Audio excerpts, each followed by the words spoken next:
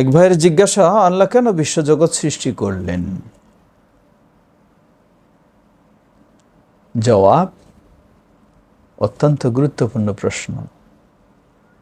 এই বিশ্বজগৎ, সপ্ত আসমান, সপ্ত জমিন, কত গ্রহ, কত উপগ্রহ, কত কিছু, কত সৃষ্টি, কত জীব, কত প্রাণী। সুবহানাল্লাহ। প্রশ্ন, আল্লাহ কেন এই বিশ্বজগৎ সৃষ্টি করলেন? আল্লাহ সুবহানাহু ওয়া তাআলা কেন এই বিশ্বজগৎ সৃষ্টি করলেন? বিষয়টা নিয়ে যদি একটু নিজেরা ভাবি তাহলে স্পষ্ট হয়। আরও যখন আমরা দেখব আল্লাহ সুবহানাহু ওয়া তাআলা কি আলোকপাত করেছেন। আল্লাহ রাব্বুল আলামিন কোরআনুল কারীমে যেমন সূরা দুখানে আল্লাহ রাব্বুল আলামিন বলেন, ওমা খালাকনাস সামাওয়াতি ওয়াল আরদা ওমা বাইনাহুমা লাঈবিন।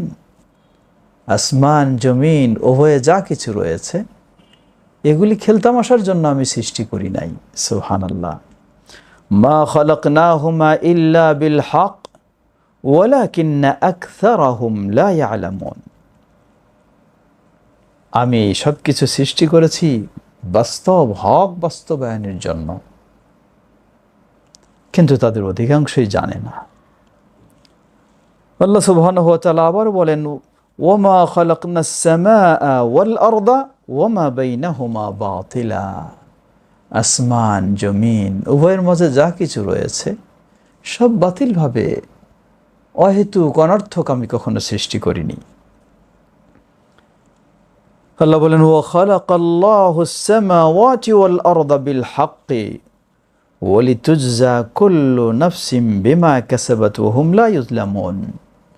আল্লাহ সুবহানাহু ওয়া তাআলা আসমান জমিন সবকিছুই যথার্থই সৃষ্টি করেছেন যেন ওয়া লিতুজজা কুল্লু নাফসিন বিমা কাসাবাত ওয়া হুম লা ইউযলামুন। প্রতিটি মানুষকে যে যা করবে, ভালো করলে ভালো প্রতিদান আল্লাহ দেবেন, মন্দ করলে মন্দ প্রতিফল আল্লাহ দেবেন। কারো প্রতি আল্লাহ সুবহানাহু ওয়া তাআলা সামান্যতম জুলুম করবেন না। সুতরাং আল্লাহ রাব্বুল আলামিন আসমান জমিন অনর্থক সৃষ্টি করেননি। বলার সুযোগ নাই খাও দাও ফুর্তি করো, বলার সুযোগ নেই। আপনাকে একটি টার্গেট নিয়ে আল্লাহ সুবহানাহু ওয়া তাআলা সৃষ্টি করেছেন। কি টার্গেট, কি উদ্দেশ্য, কেন আল্লাহ জমিন দিলেন, আসমান দিলেন, আলো বাতাস দিলেন, মেঘমালা দিলেন, সব কিছু দিলেন? অনর্থক তো কিছুই নয়, সবগুলি আপনার উপকারের জন্য দিয়েছেন। সুবহানাল্লাহ। আর আপনাকে আল্লাহ সুবহানাহু ওয়া তাআলা সৃষ্টি করেছেন, ওয়ামা খালাকতুল জিন্না ওয়াল ইনসা ইল্লা লিয়াবুদুন। আপনি খাবেন আর ঘুমাবেন আর নষ্টামি আর দুষ্টামি করবেন, এজন্যই আল্লাহ সুবহানাহু ওয়া তাআলা আপনাকে সৃষ্টি করেছেন? অসম্ভব হতে পারে না। আপনি একটা গরু যদি পালেন নিজের বাসায়, একটা ছাগল যদি পালেন নিজের বাসায়, সেটার পিছেও আপনার একটা টার্গেট থাকবে। এই গরু পালবেন, গরু দুষ্টামি করবে, এটা আপনার মতো মানুষও মেনে নেবে না। একটা ছাগল পালবেন, এটাও দুষ্টামি করবে, আপনার মতো মানুষ মেনে নেবে না।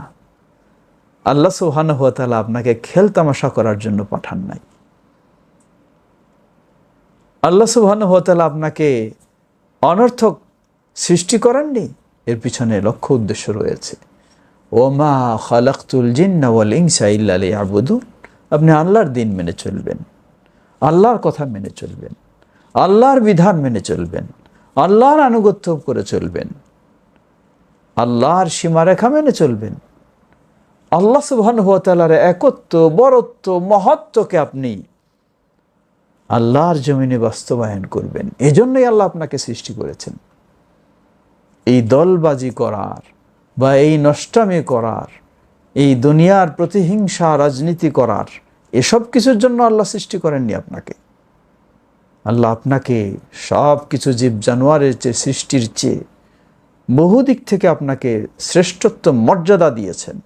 আপনাকে বিবেক বুদ্ধি দিয়েছেন ভালো মন্দ বাছাই করার।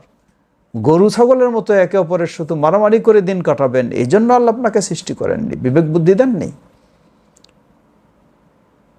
আপনি আপনার বিবেকটাকে কাজে লাগাবেন, আল্লাহর বিধান অনুযায়ী প্রতিষ্ঠিত হবে দুনিয়ার জীবনে শান্তি, প্রতিষ্ঠিত হবে এর ফলাফলে আপনি লাভ করবেন আখিরাতের জীবনে শান্তি। সুতরাং আমাদের মূল সৃষ্টির উদ্দেশ্য, বিশ্বজগৎ সৃষ্টির উদ্দেশ্য লা ইলাহা ইল্লাল্লাহ, এই তাওহীদ বাস্তবায়ন, আল্লাহর দ্বীন প্রতিষ্ঠা, তাওহীদ প্রতিষ্ঠা। আল্লাহ আমাদের সকলকে ভালোভাবে উপলব্ধি করে সে পথেই আমাদের জীবনটাকে কাজে লাগানোর তৌফিক দান করুন। আমরা যেন অবহেলা অনর্থকভাবে আমাদের জীবনটাকে নষ্ট না করি। আল্লাহ আমাদের সে বোঝার তৌফিক দান করুন। আসসালামু আলাইকুম ওয়া রাহমাতুল্লাহি ওয়া বারাকাতুহু।